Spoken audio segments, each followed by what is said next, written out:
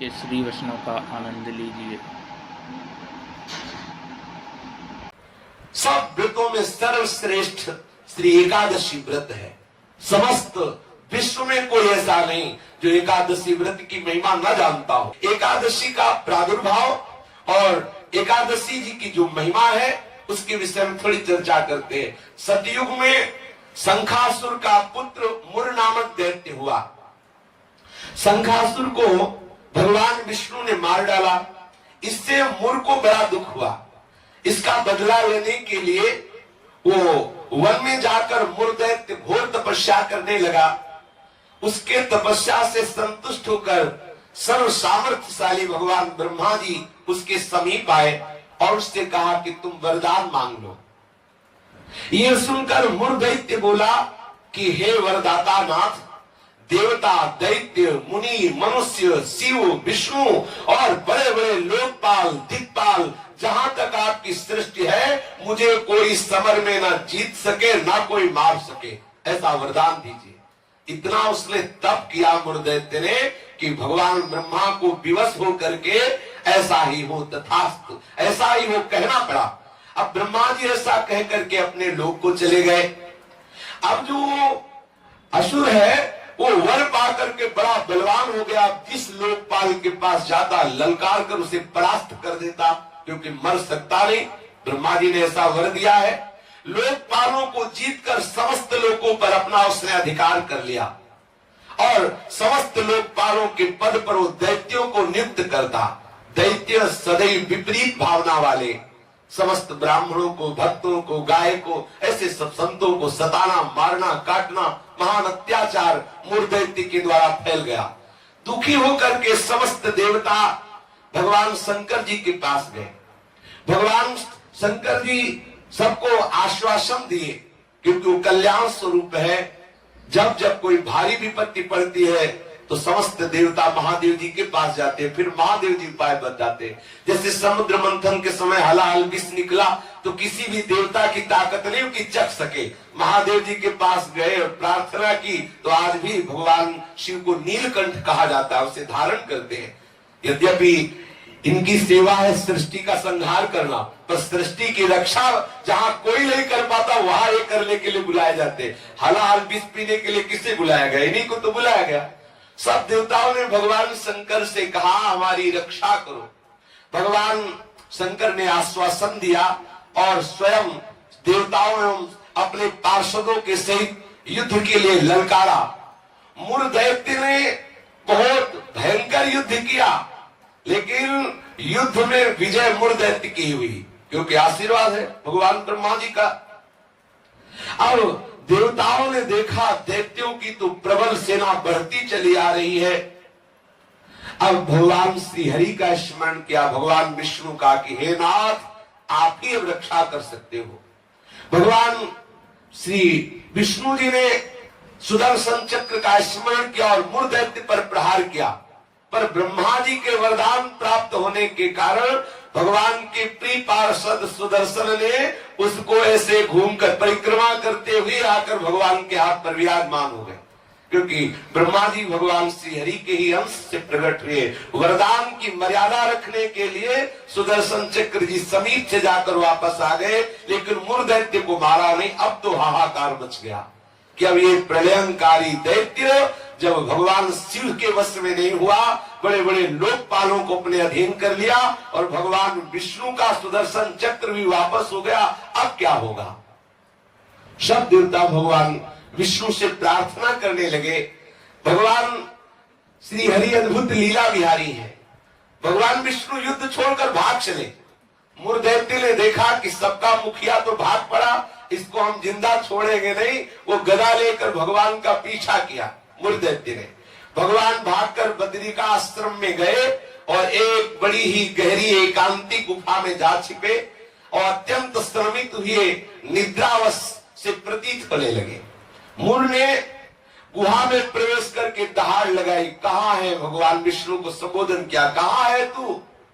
उसी समय भगवान के हृदय से एक दिव्य शक्ति प्रकट हुई और वो शक्ति कन्या के रूप में प्रकट होकर अपने परम तेज एवं दिव्य आयुधों से एक क्षण में मूर्धत्य को मार गिराया, क्षण में दैत्य को मार गिराया।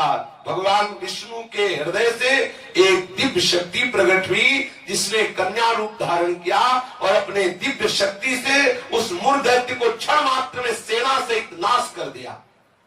उसी समय देवताओं ने पुष्पों की वर्षा की और उस देवी की स्तुति की। स्तुति सुनकर श्री भगवान जग गए। भगवान विष्णु ने देवताओं से कहा, तुम किसकी स्तुति कर रहे हो, क्या हुआ? बोले, प्रभु आपके हृदय से ये कन्या प्रकट हुई और इसने सब दैत्यों का नाश कर दिया और मूर्ख दैत्य को भी मार दिया।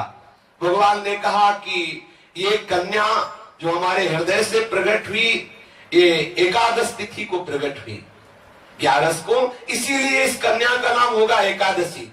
और हे एकादशी, तुम अष्ट सिद्धियों और 9 निधियों की स्वामिनी होगी। तुम में इतनी सामर्थ्य होगी कि जो तुम्हारा व्रत रखेंगे उनके चरणों में मोक्ष लुटेगा। एकादशी का महत्व है उसके चरणों में सर्व पाप प्रशमनम पुण्यमात्यंतिकम तथा गोविंद स्मारणम मेकादश्यामुपोषणम। जो एकादशी का उपवास करेगा वो निष्पाप हो जाएगा। जो एकादशी का उपवास करेगा वो बड़ा पुण्यात्मा होगा। जो एकादशी का उपवास करेगा उसे गोविंद के चरणारविंद की भक्ति प्राप्त होगी। श्री भगवान विष्णु ने कहा, जो तुम्हारा व्रत करेगा वो चाहे स्त्री हो चाहे पुरुष हो, वो जो कामना करेगा उस कामना की पूर्ति हो जाएगी। यदि कोई कामना नहीं करेगा तो मेरी भक्ति प्राप्त हो जाएगी। एकादशी व्रत 3 दिनों के साथ होने वाला बताया। 10वीं से व्रत का उपक्रम शुरू होता है और 12वीं को उस व्रत का उपक्रम पूर्ण होता है। 10वीं के दिन एकादशी के पहले आस्यम मांसम मसूरान्नम चरकान क्रोधमास तथा साकम मधुपरान्नम च पुनर्भोजन मैथुने दशम्याम 10 वस्तूनि वर्जयेत् वैष्णवः सदा।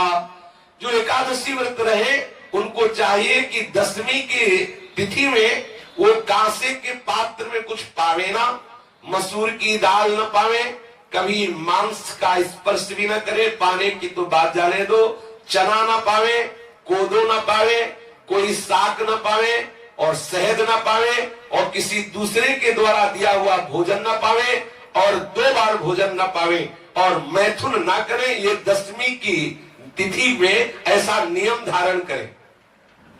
फिर द्वितीयाम च निंदाम च तांबूलम दंत धावनम परापवादम पैशून्यम स्तेयम हिंसा तथा रतिम कोपम हृणित वाक्यम च एकादश्याम विवर्जयेत्।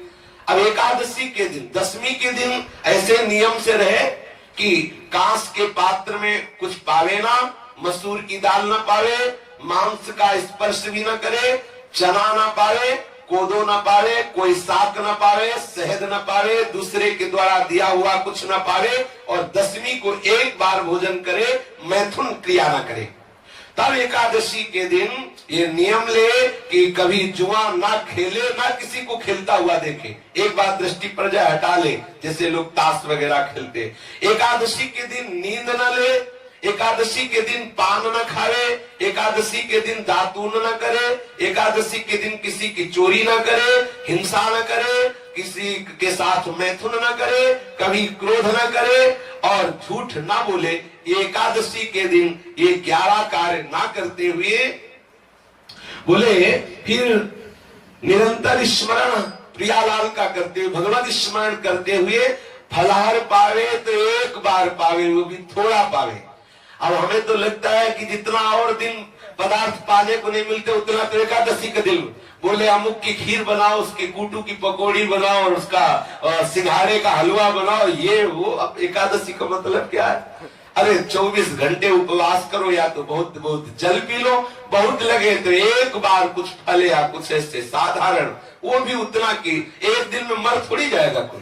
जो एकादशी, हाँ तो काहे का व्रत फिर अगर खूब कचौड़ी पकौड़ी सब बना के उसकी पाओ तो। एकादशी का तात्पर्य है भगवत आराधन में तन्मय रहना। सुबह से कुछ ना पावे, 24 घंटे में एक बार कुछ जल दूध कुछ थोड़ा सा पाले, और फिर द्वादशी के दिन कांस्यम मांसे सुराम क्षौद्रम तैलम वितथ भाषणम व्यायामम च प्रवासम च पुनर्भोजन मैथुने अस्पृश्यास्पर्शमासूरे द्वादश्याम द्वादशम त्यजेत्।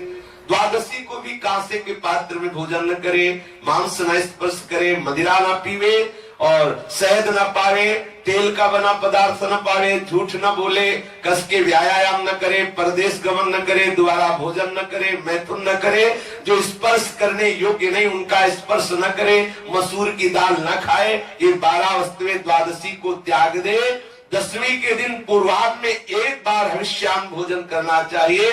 इसके बाद दसवीं के दिन कुछ नहीं खाना पीना चाहिए। एकादशी के दिन ब्रह्म मुहूर्त में उठकर प्रातःकालीन कृत्य से निवृत्त होकर स्नान करके भगवत प्रसन्नता के उद्देश्य से व्रतोपवास का संकल्प लेकर संध्या तर्पण वंदन आदि जो भी गुरु प्रदत्त उपासना है या प्रियालाल की षोडोपचार विधि से पूजन करे, फिर प्रणाम नमस्कार आदि करे, रात्रि भर जागरण करे, कीर्तन करे। निर्जल व्रत करना सबसे श्रेष्ठ एकादशी व्रत को कहा गया है। पूज्य श्री मथुरा दास जी 12 महीना निर्जल एकादशी करते थे।